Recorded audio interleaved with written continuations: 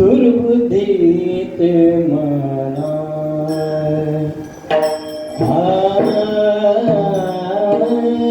दुर्बुद्धीत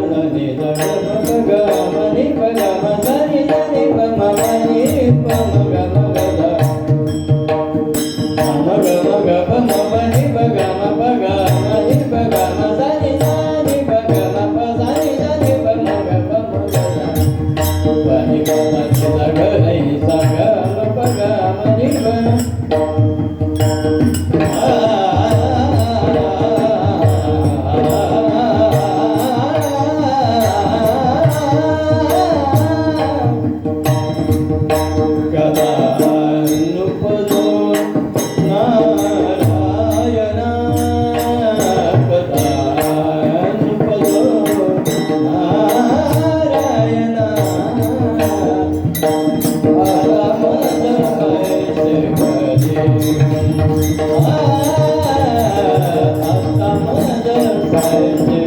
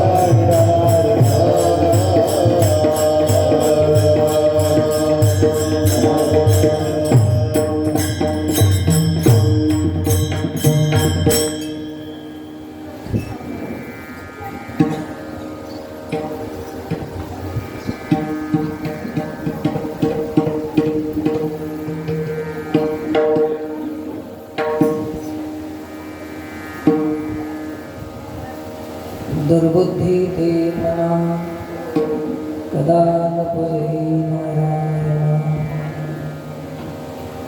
आता मजायसे करी तुझे पाय चित्ती धरी उपजला भाव तुझे कृपे सुखी जाऊ आता मजायसे करी तुझे पाय चित्ती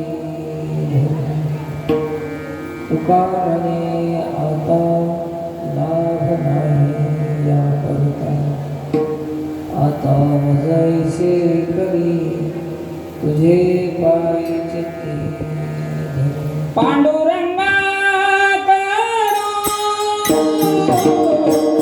आता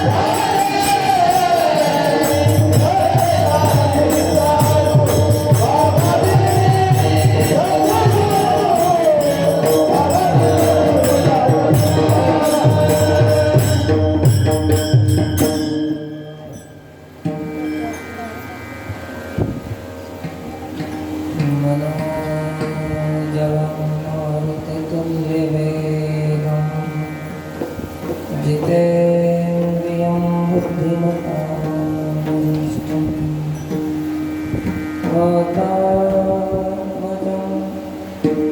वानरयोतमं श्रीरामदूतं शरणं प्रपद्ये।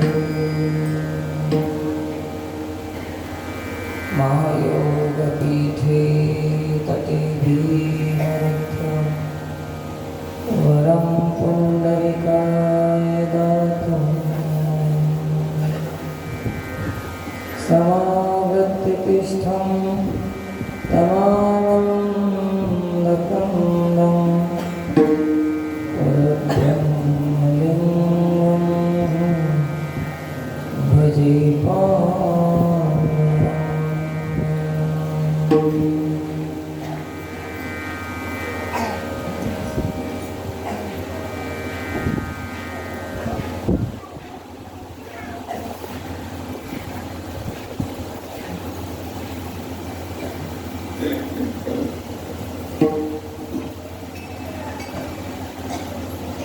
अखंड हरिनाम सप्ताहातील आजची कीर्तन सेवा सेवेसाठी लावलेला अभंग जगद्गुरु श्री संत तुकोबराय यांचा अभंग आहे. तासभर भगवत चर्चा श्री उच्च स्मरण अंगण समस्त भाविकांना प्रणाम.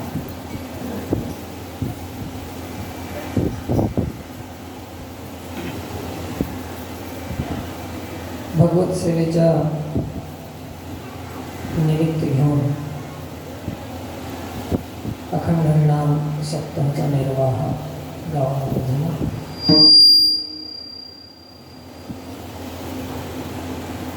सप्ताहाचं सेवेचं स्वरूप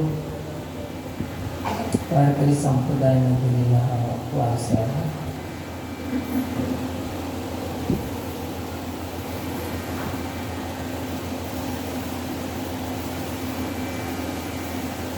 प्रत्येकाचा स्वभाव, प्रत्येकाची गुणवत्ता, प्रत्येकाचा विचार ज्याच्या त्याच्यासारखा आहे, कोणाचा कोणासारखा नाही. रजगुणात्मक, तमगुणात्मक, सत्वगुणात्मक अशी ही सृष्टी.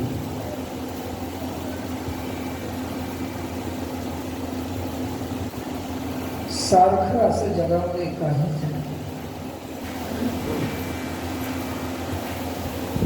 एकसारखं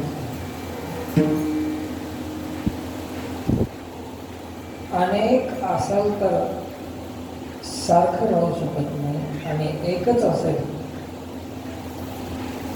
तर त्याच्यामध्ये वेगळं राहू शकतं. एकात वेगळेपणा नाही, अनेकात सारखेपणा.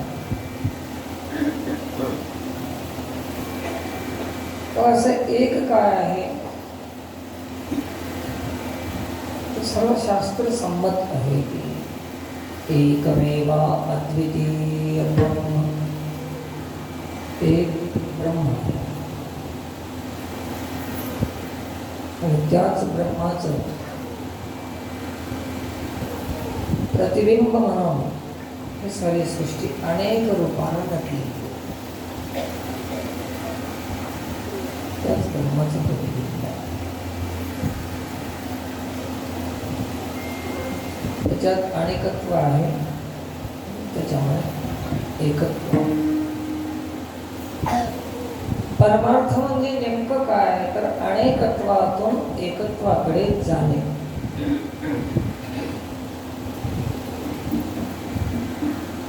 परमार्थ म्हणजे काय? अनेकत्वात तर आपण आहोतच. इथून निघायचं आहे, प्रवास करायचा, यात्रा करायची, कुठं जायचं? एकत्र.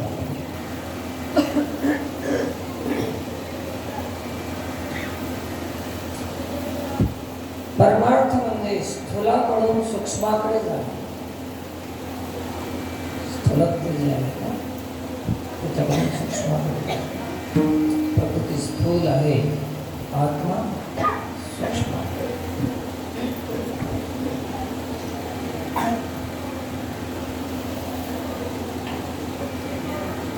आणि ते जाण्याचा अवकाश म्हणजे मनुष्य शरीर. दुसऱ्या शरीरात ते अवकाश.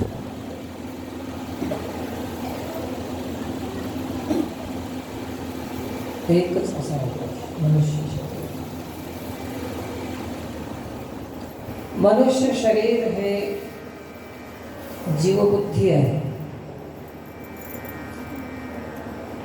जीवबुद्धीतून त्या ईश्वराचा अंश आहे त्या ईश्वराकडे जाण्यासाठी म्हणजेच जीवत्वाकडून शिवत्वाकडे जाणे म्हणजे परमार्थ. जीवत्व हे स्थूल आहे आणि शिवत्व हे सूक्ष्म आहे.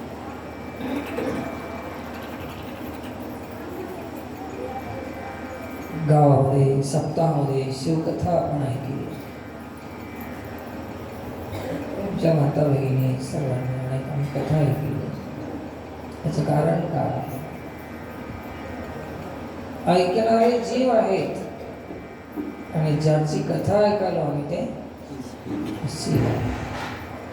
पुन्हा जीवाचं शिवत्व प्राप्त करण्यासाठी शिवकथा ऐकायची गरज आहे.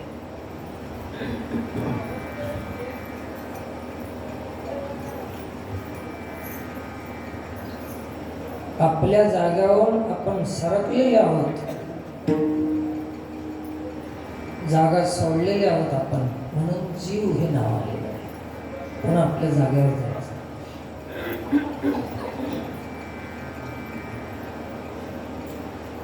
मित्रांनो, आपल्या जागेवर जेव्हा आपण जाऊ तेव्हा आपलं सामर्थ्य आपली शक्ती उजागर होते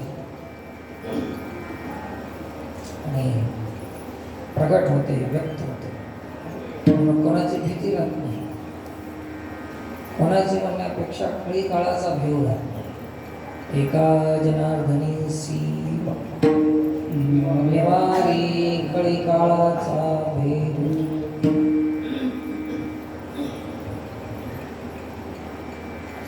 आता भेव कशामुळे आहे तर आपण आपली जागा सोडून असतो. स्थूलात आहोत आपण, सूक्ष्मामध्ये भीती नाही. सूक्ष्म आपलं स्वरूप आहे. सूक्ष्मता आपला स्वधर्म आहे आणि स्थूल हे परधर्म आहे. आपण धर्मांतर केलेले असणार.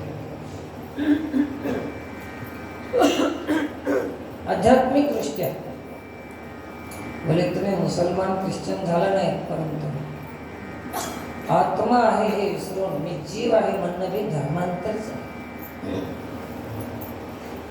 आध्यात्मिक क्षेत्रातलं हे धर्मांतर आहे. मी स्त्री आहे, मी पुरुष आहे, आधी जागा बदलली, आपली जागा सुटली. नीट लक्ष द्या. आपल्या जागेवर आपल्याला बळ असतं आणि जागा सोडली ना कोणतंही सामर्थ्य तुम्हाला मदत करू शकत नाही.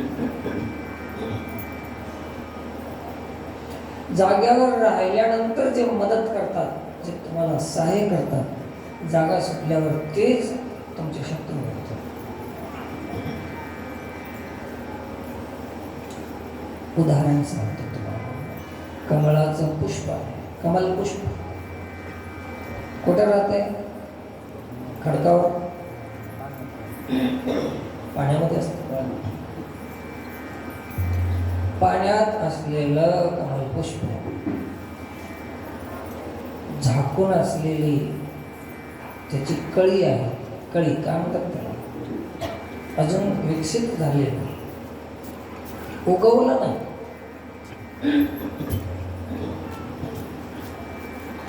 त्या कळीला उगवण्यासाठी सूर्यकिरणाची गरज आहे. बिना सूर्यकिरण ते फूल उगवत नाही. कोण कारण आहे उगवायला? सूर्यकारण.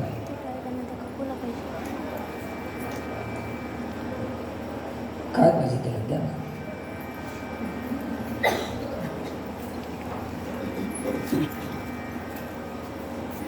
आणि तेच सूर्य आता त्या फुलाचा मित्र आहे. पाण्यामध्ये त्याला उगवण्यासाठी सूर्यकिरण त्याच्यावर पडले की ते फूल उमलतं, उगवते. म्हणून सूर्य कोण आहे त्याचा मित्र, आणि सूर्याचं पहिलं नाव मित्रच आहे. ओम मित्राय नमः. सूर्यमित्र आहे. तेच कमलपुष्प पाण्याचं त्याची जागा सोडून जमिनीवर जर आलं आणि त्याच्यावर जर सूर्यकिरण पडले तर तेच सूर्य आता काय झालं, शत्रू. ते जळून जाईल, सुकून जाईल, वाळून जाईल. ज्या सूर्यामुळे ते फूल प्रसन्न होते त्याच सूर्यामुळे ते वाळून बी जाते. कशामुळे? जागा बदलली. मित्र होते तेच शत्रू झाले. जागा सोडण्यामध्ये एवढी कमजोरी आहे, जाग्यावर राहण्यामध्ये एवढी शक्ती.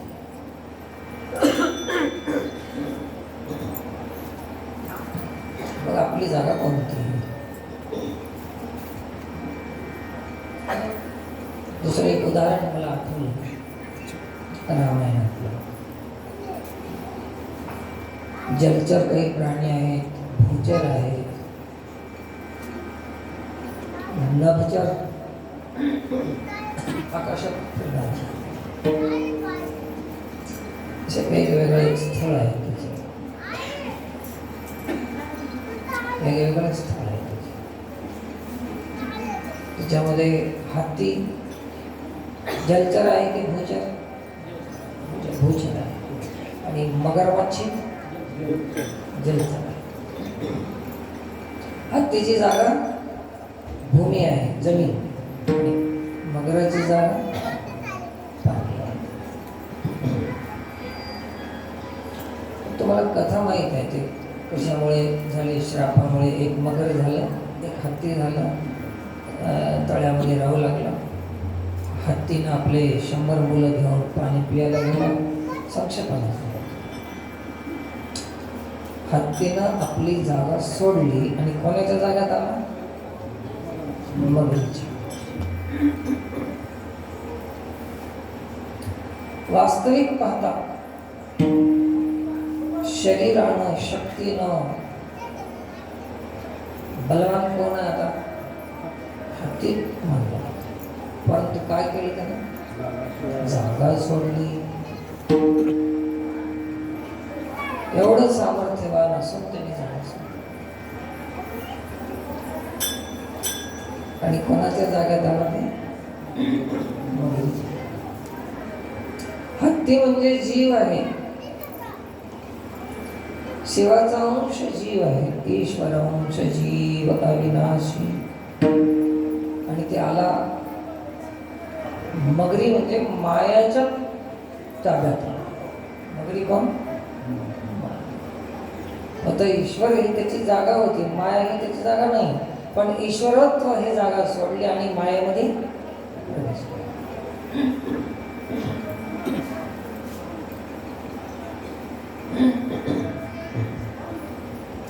त्या मगरीला पकडले, हत्तीला पकडले. इकडे ध्यान द्या, तिकडे चलत राहिले. ते मगरीच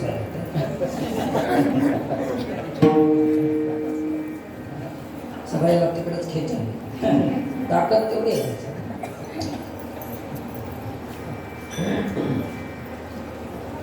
पकडल्यानंतर ओवाडून बाहेर निघण्याचा प्रयत्न हत्तीनं केला. मगरीनं मध्ये ओढली. आता इथे कोणाचं बळ चालतंय? कशामुळे? तिनं आपली जागा सोडली नाही आणि आपली जागा सोडली. हत्ती बलवान असून काय करावं?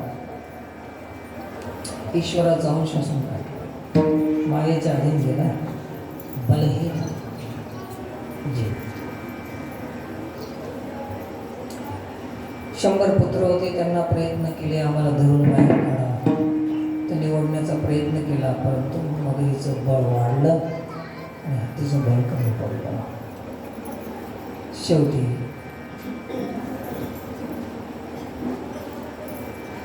हत्ती नव्हती, हत्तीची तर मुलांची आई होती. तिनं सांगितले की हत्तीच्या मागे लागू नका, ते कसं ऐकत नाही आता. आणि हे काळाच्या तोंडात गेलेलं आहे. तुमचा बाप तुमच्यासाठीच पाणी पाजवायला आला, तुम्हालाच पाणी पाजवलं, तुमच्यामुळेच काळाच्या तोंडात. कुटुंबाची सेवा करण्यामध्ये गुंग झालेला जीव काळाच्या तोंडात जाते. आपल्या कल्याणाची चिंता कधी केली नाही.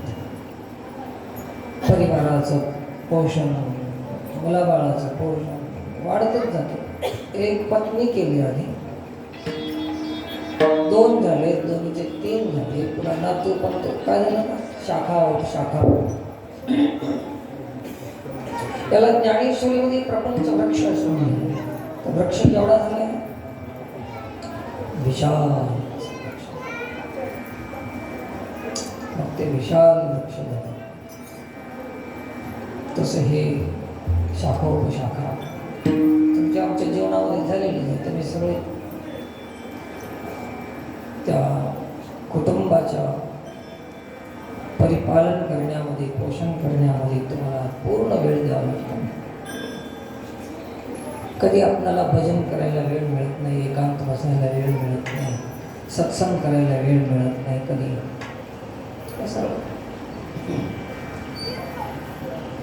असं त्या हत्तीने सांगितले की म्हणले पोरं जाऊ दे, म्हाताऱ्याचं वय झालंय, कसं जातं आता. काही काम धंदा काही करणार नाही, काही कमाई करणार नाही, उगा बसून खायचंच होय. गेलं तर जाऊ द्या, पण त्याच्या नादाला लागून तुम्ही जाऊ नका, सोडा तुम्ही, बाहेर या.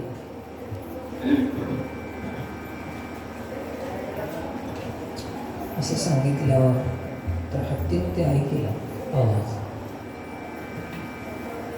अरे यांच्यासाठीच मी जीवन घातलं, पाण्यात उतरलो, मगरीच्या तोंडात माझा पाय.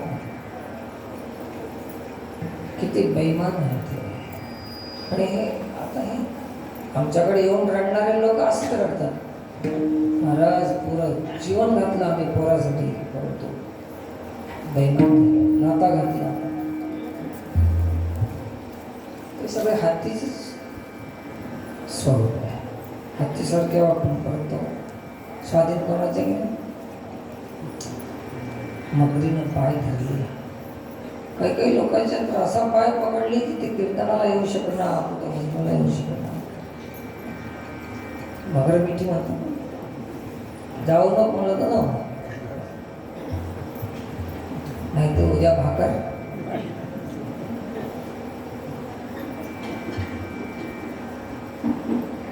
असं हे हत्तीच्या मनामध्ये विकल्प होता.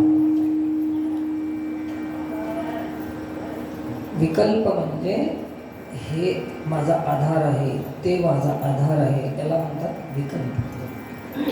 धन माझा आधार आहे, गाडी माझा आधार आहे, परिवार माझा आधार आहे, स्वैरा धैर्य आहे माझा आधार आहे. बा तुझे तू सोयरे, तुझी वडील आधारे, तू तुझे ने आधारे, वरकड मिळाले ते अवघे सगळे चोर. आपलं कोण असं कळालं कोणाला? आपणाला ना, हत्तीला. आपणाला कळल्यावर आपण कशाला हत्तीला कळालं. आणि विकल्प होता मनामध्ये की हे आधार आहे. आता विकल्प संपला आणि ज्यावेळेस विकल्प संपतो त्यावेळेस संकल्पाची सुरुवात होते. आणि हाक मारली, हे वैकुंठ, हे हरी. वाटलं असं हे माझी ऐक, परंतु नाही, मी तुझा आहे आणि तूच येई वो माझे माय बापे, येई वो माझे माय बापे, येई वो माझे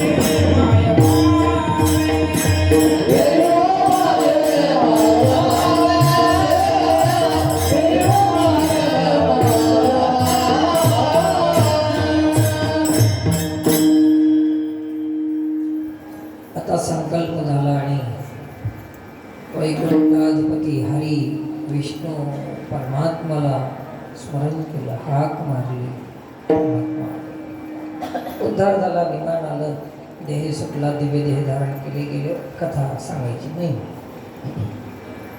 एक जीवदशा सांगितली. तर आतापर्यंत जे होतं हे माझं आहे, हे मला काम देणार आहे, ज्या ज्या गोष्टीचा आधार मानून बसलं होतं हे दुर्बुद्धी आहे. दुर्बुद्धीची परिभाषा, जे आपला आधार आहे त्याला विसरून दुसरंच आधार मानून बसणं, याला काय म्हणतात? दुर्बुद्धीचं सांगायचं तुम्हाला. अभंग आहे ना, दुर्बुद्धी, दुसरा आधार मान. संतांनी वेदानं सांगितलेलं आहे की खूप पैसा कमवा, पैसा कमवण्यामध्ये काही मनाई नाही, अडचण नाही. स्वधर्मेची अर्जी, स्वधर्मेची विनियोगी, स्वधर्मानं कमवा. परंतु पैसा कमवणं चूक नाही, परिवार मिळवणं चूक नाही,